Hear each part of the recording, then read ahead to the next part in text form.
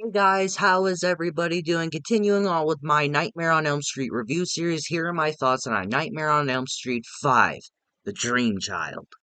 Now, The Nightmare on Elm Street 5, Dream Child is a very strange film for me. This was probably one of those movies that I rewatched a lot as a kid because when I was younger, like I said in my first reviews, I only had the first, the second, the fourth, and fifth, and I did not own the other ones at the time. And Nightmare on Elm Street 5 was the one that I always put on like a lot, and I never understood why. But there'd also be some times where I'd not be able to watch it because my mom has a she bitch of a friend who every time I try to watch it, she would turn it off and said that I should be watching this shit. Thanks, by the way. But this movie is very complicated for me. Growing up, I for some reason loved it. I thought it was one of my favorite movies of all time. But growing up, when you're young and a youth, you don't really see movies as you do as well a teenager. And after rewatching it a few times growing up, and I start to see the movie that everybody else sees, and I go, "Oh, yeah, that's not a very good movie." But have my thoughts changed on A Nightmare on Elm Street 5 Dream Child? Well, that's why you're here to find out. But with that all the way, here are my positives on Nightmare on Elm Street 5 Dream Child. Starting off with my positives is I really like seeing Alice return. Hell, even Dan returns for a moment until he dies. I thought Alice was pretty cool in Dream Master. I didn't love her character. I didn't think she was the best character since Nancy Thompson. But if she was going to replace Nancy and Kristen and the rest of the Dream Warriors from the previous movies, to me they could have done worse. But I always have enjoyed her character. I thought she's always been interesting. To me, she even is better in here because she knows what she's up against. She knows Freddy. She knows all the lore about him now instead of just being this newbie about like this Dream Mastermind, whatever the fuck that is, excuse me. I like seeing Alice return. I thought she was pretty cool in Dream Master. I've always loved her as a character. I've actually met her actress. She's a very lovely person. But I do feel that in this movie she is better, and I also like seeing Dan return. He didn't do much in the fourth movie. He was just kind of like the cool hot guy that all the girls like. But in this one he's more divisive. He's more in like contact with Alice. You actually see their friendship and their like love life and everything. I actually bought it until he died, which was a shame too, because I wanted to see him like go throughout the movie more, but sadly they killed him off, which I don't hate. I don't think is like one of the worst things they could have done, but I don't mind it. I love seeing these guys return, and if they ever decided to do a legacy sequel, I wouldn't mind seeing Alice return. What's positive is I really think all the kills in this movie are pretty cool. A lot of people think that they're fine and kind of goofy, but I've always really enjoyed them. I think they're very creative. To me, the best kill of this movie is the motorcycle kill where Dan is dreaming and he's in a car and then Freddy crashes the car. He gets on a motorcycle, and then all of a sudden, like the motorcycle parts are kind of like going into his wrist. He starts like becoming like this weird bulking machine. You see his spine and like his whole body becomes like metal in a way. It looks weird. He looks like something out of Ghost Rider or something. Like it's kind of hard to describe, but it looks really cool and it was very gory. Now the MPAA really cut this movie down with its gore and kills, but what they did what did leave with Dance Kill, it still looks badass. And if you could somehow find the uncut version of it, it even looks better and gorier. Now, if you're very squeamish, don't look it up or anything like that because it is badass, but it's also very gnarly for some viewers. Now, if you're very squeamish, I wouldn't recommend watching that scene. But if you're like me, you don't really get very squeamish and you don't really puke or gag over the sight of gore, please watch that scene. You will not regret it. It is awesome. The other kill I thought was very weird and interesting was what was the chick's name? Greta or something? I don't fucking know. Greta's death where like her mom is like the weird bossy bitch basically where who's like the rich mom and keeps her daughter as like a fashion model or something. I don't know. She's like a model and everything and she gets really rich off of it. Am I the only one that thought the mom was like the aunt from Sleepaway Camp? Angela! Like, and then all of a sudden, like, she falls asleep during dinner when they're having a dinner party. I fell asleep at a dinner party too, until I was slapped. people always ask me why I drink so much. Anyways, and then all of a sudden he falls asleep and she starts cursing out on her mom in the dream, and then Freddy comes over and is like, Madame, if I may. And then he just like starts feeding her own entrails and all that. It's like, ew. That's just, it's just ew. And he just starts feeding her own body. He's just like, you are what you eat. It's like, yeah, it basically how it sounds. He's basically feeding her own body parts. It's gross. And then again, in the real world, it just looks like she's choking on food.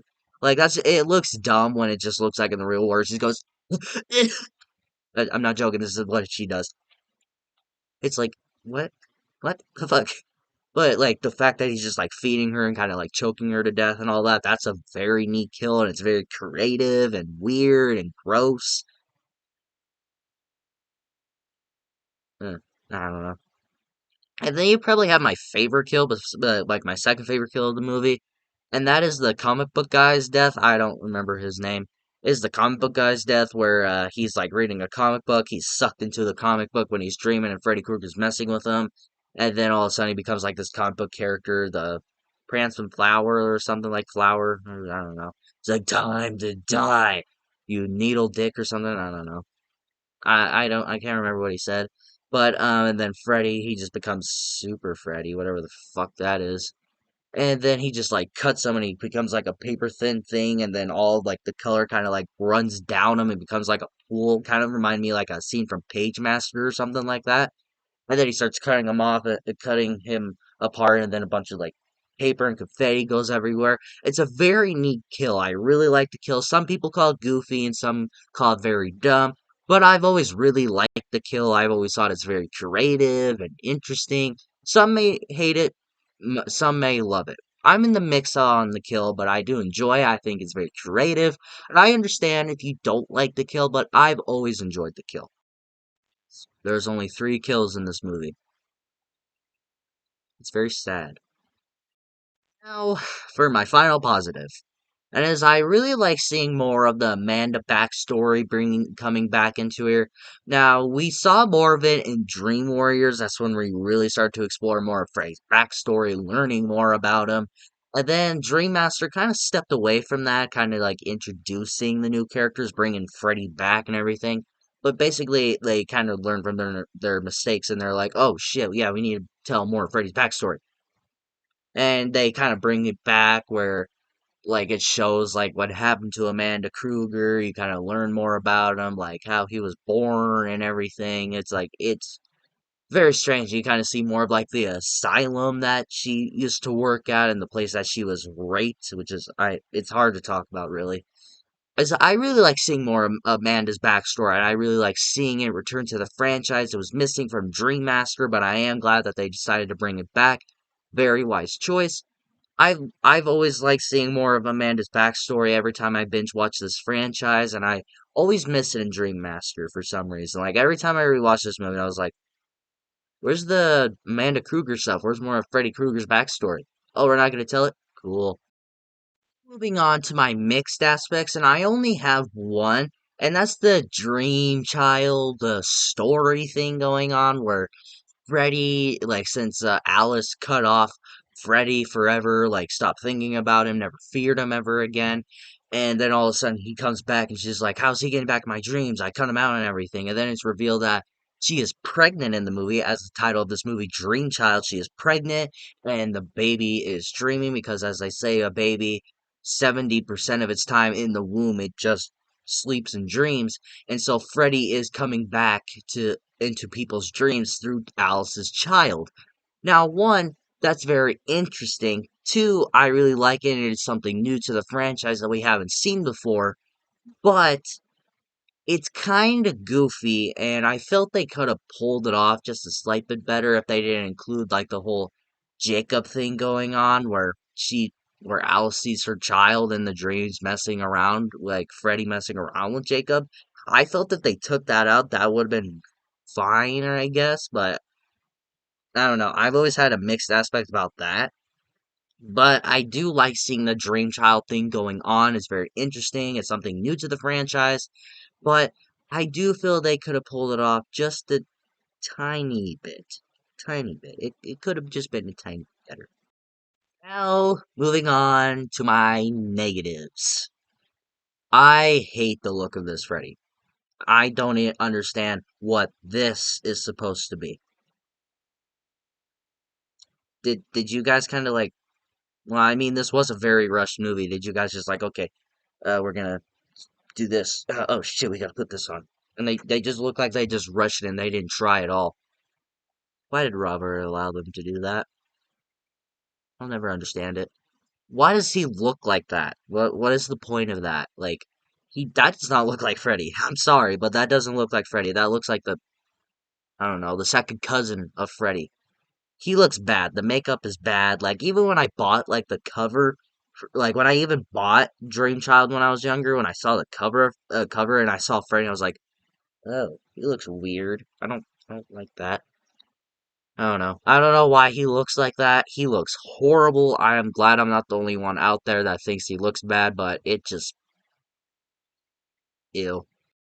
This is the part where the franchise became really goofy and comedic with these next two films, with this one and the one I'll talk about tomorrow or something like that, whenever I get it out, really, is the comedy. This is when the comedy really started to bring into the franchise and started to become big and everything, but the comedy in this movie does not work for me. Maybe there was a few chuckles here and there, maybe a little, like a, but other than that, I never laughed. Like, I was just like, this is supposed to be funny. No. Like, the one-liners by Freddy, I was disappointed by that. He's had great one-liners throughout the franchise, but, no. They ruined it. You were going on a great streak, but you ruined it. Good job. And Super Freddy. That's the thing. Super Freddy sucks. Super Freddy is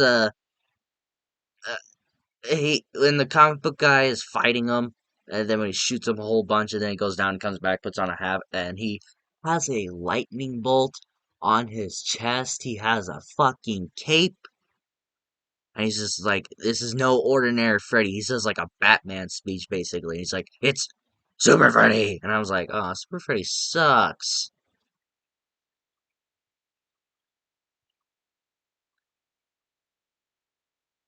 I don't know. I don't know what to say. For my final negative, what is the final act of this movie? What the fuck is going on anymore? Like, the final act is where Alice finally gets Jacob back. She's like talking to him, and then Jacob's like, he's been inside you, he's been using you. And then all of a sudden she starts screaming, and then she's like throwing up Freddy or something. I don't know. And then Freddy's like coming out of her, tormenting her. And then Amanda comes out, starts talking to Jacob's like, only you can kill Freddy. Only you can kill Freddy. Does like an Obi-Wan Kenobi speech. It's like, only you can kill him. Use your powers to destroy him. It's like, dude, what the fuck? What is it? What is going on? Who wrote this script? Well, technically, when they filmed this movie, they didn't have a completed script. Hot dog. And then all of a sudden, Jacob becomes Freddy lookalike, and then he's just like, "She's no fun anymore. I want to learn stuff from you. Teach me." It does like a like a weird fucking laugh. And then Freddy makes out with Alice, and then Jacob uses his vomit or tongue or whatever the fuck it was to destroy Freddy. And his death was very similar to Dream Master. And then the three victims that he killed are like tugging on him, and then pulls out the little baby that's been Freddy this entire time. What? Who wrote that? Who wrote this? I'm Who wrote that? I want to know because that shit. I don't know. I don't know. I don't know, guys. This is not a very good movie by all means. This is a very bad movie. This movie was not even like the script for this movie was not even written when they first began this movie because of the success of Dream Master. That was the highest opening weekend for a horror movie at the time, I believe. And with that success, they decided to rush the sequel, and they had no fucking script. So they had to write the script as they went on, and you get this film. Look, I don't despise the film. I don't hate it as much as people make it out to be, but it's not a very good movie. Maybe I get some enjoyment out of it, probably from pure nostalgic, but it's not a good movie. It's a bad movie. Maybe if you want to get into horror, but you don't want to, and you want your kids to get into horror, and you want to show them kind of comedy aspects to the horror film, maybe this film will work for you. But if you're a hardcore Freddy fan and you don't want to see the comedy aspects to Freddy, just go ahead and skip this one.